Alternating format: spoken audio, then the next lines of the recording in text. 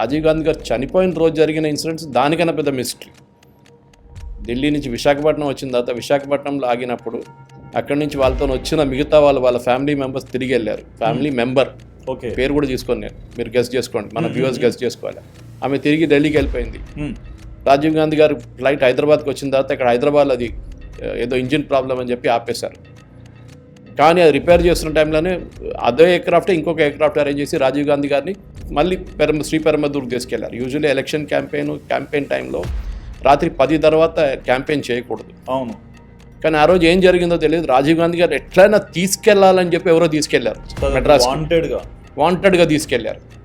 ఎందుకంటే ఈ aircraft fail అయినప్పుడు నేను వెళ్ళనులే అని చెప్పి చెప్పినారంట రాజీవ్ గాంధీ గారు. సరే మర్చిపోతారు, నెక్స్ట్ డే చేద్దామని చెప్పేసి.